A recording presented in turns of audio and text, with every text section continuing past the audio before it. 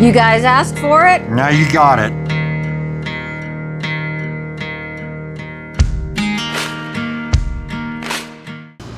Today we're going to be doing the circle jig video. Yep. It has been so much requested. Yeah. We did one, our very first ever YouTube video was this. Yeah. And it was terrible. It was terrible. Wasn't comfortable doing YouTube at all. It was terrible. So we're redoing it. We are seasoned professionals now, and we're gonna do it the right way. Yes. And show you guys how I make my world famous circle jig. Yep. I use it every single day for hours a day. It's made us a buttload of money. Yes. So I'm gonna show you how to make one. Here you go. There it is. Okay, we have got some nice maple plywood, 3/4 inch plywood. We're also making the next project out of maple, so that's why we're using it. My circle jigs are huge. They accommodate up to a 72-inch circle, which is insane. But the one we're going to cut is 30 long. Hang on. We'll make it 30 long by 24 wide. That way, if you use yours as much as I do, and I hope you do, you can move your circles because the holes get worn out real easy. So we're going to start cutting this piece of wood up to 30 inches long. Is that what I said? 30 inches long. And then we're going to cut it down to 24 on the table saw. So I'm going to mark out my 30.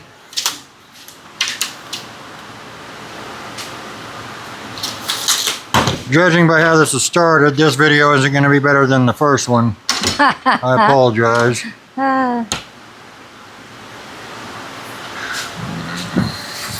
Alright, there's our 30. And if you see us with these fuzz balls on our shirts, Oh yeah. the fan on, and I'm sure you noticed in our last video, there was some feedback and it was from our fan. It sounded like wind blowing. So we're going to put these lovely little fuzz balls on our mic, so I don't have bugs on my shirt. That's, yeah. Alright, so we're going to get our track saw set up to cut that line right there.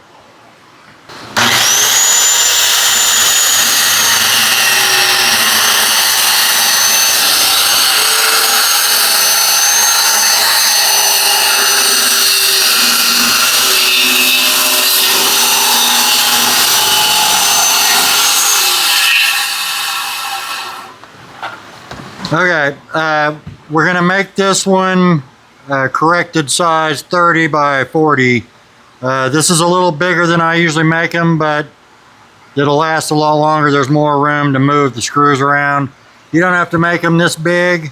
Most of you probably won't, but you can cater it, you know, the size to whatever you need it for. So what if they were going to make a smaller, just kind of the average size like the last one you made, what measurements would that be? Well, I would do for like a small shop saw, table saw, maybe 24 inches. By? 24 by, I don't know, 20 maybe. Okay.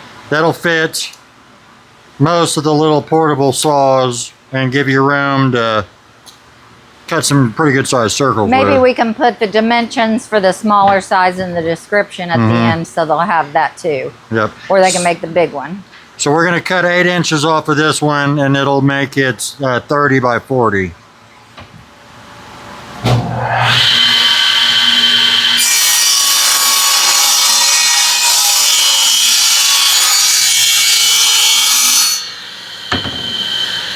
So we're going to get a measurement from the inside edge of the blade to the inside edge of this miter slot, which is 4 and 7/16 on this saw, and we're going to make this piece just a hair longer so we can shave it off and get a square cut. So we're going to go over here, we're going to measure that and draw that on the wood. Okay, so our measurement was 4 and 7/16. We're going to make it 5 inches.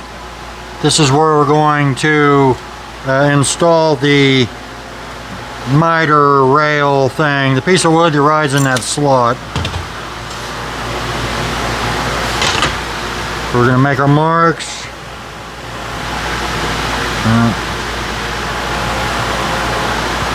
I think my square is out of square. Your square is out of square. No, I didn't mark it in the right spot. Aaron's out of square, you guys. Not the miter. Genius stuff right there. Or the square.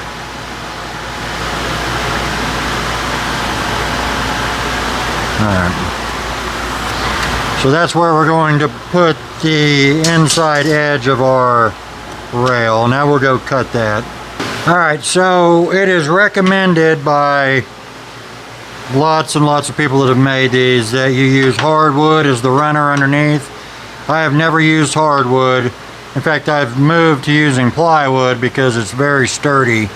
What we're looking for is a piece that fits down inside this channel width-wise and either level with or slightly above the height of it. So we've got a piece. This is 1/2-inch plywood. Technically, it's hardwood plywood. Yeah, though. This is maple plywood. I don't know if that makes any difference. It doesn't. But we're going to cut a 3/4-inch strip and make sure it fits in the groove, and then we're going to attach it to the bottom of the sled.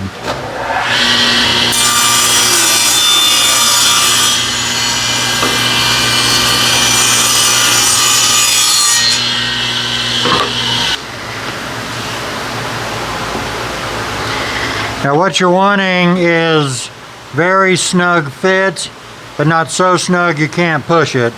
So that's almost perfect. If perfect was a thing, this would be it.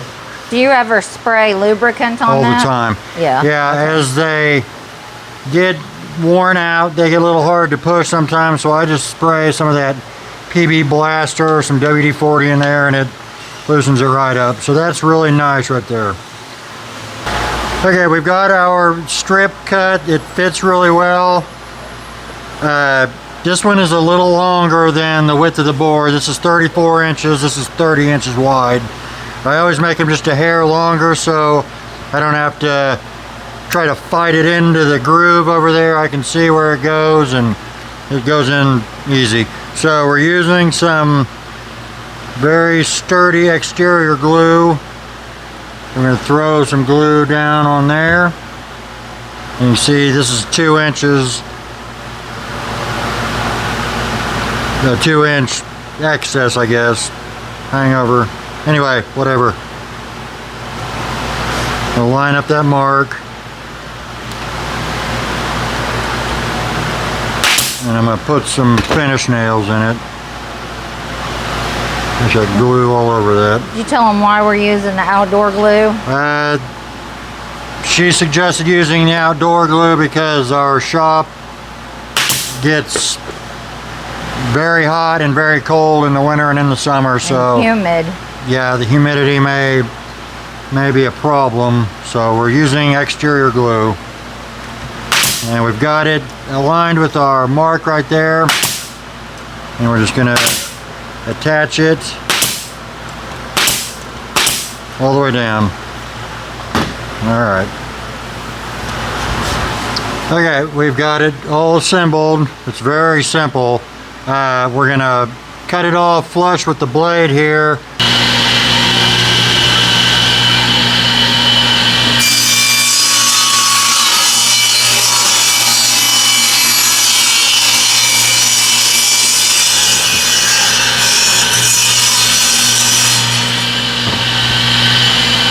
Okay, now we're going to lay out where we want our pivot point, the screw that's going to be in the middle of the circle. Every time I start a new jig like this, I measure in the middle all the way across, and then I make a line clear down the length of the wood, and that's where we're going to put our pivot points for the circles. And we're going to cut a 15-inch circle to test her out. So we're going to make a mark at 7.5.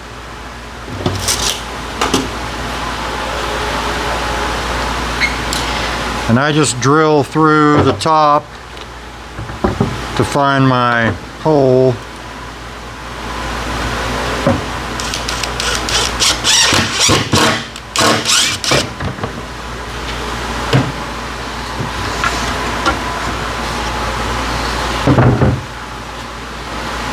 And then I put the screw in all the way.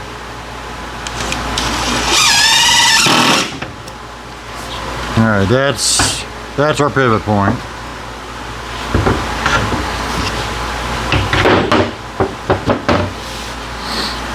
So now we get our wood that we want to cut. And we find the center. 15 3/8, 7.5,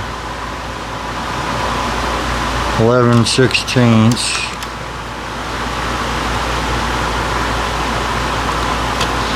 That's our center. Now we'll drill a hole.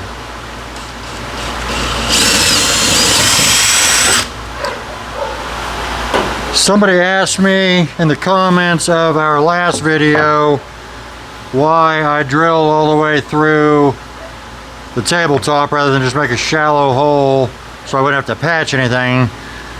The reason I do that on the tabletops is because I have to use a really long screw to push the sled with the big heavy circle on it. If I do a really shallow screw in a shallow hole, most likely it'll just bend that screw over and it's really dangerous. So mostly for leverage is why I do that.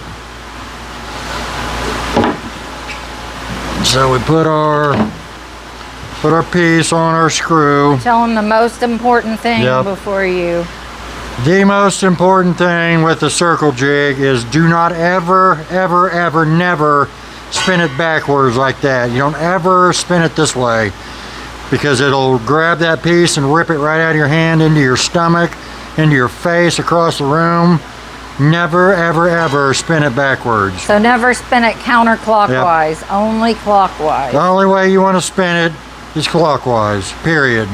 No exceptions. Very dangerous the other way. So please remember that and you'll be fine.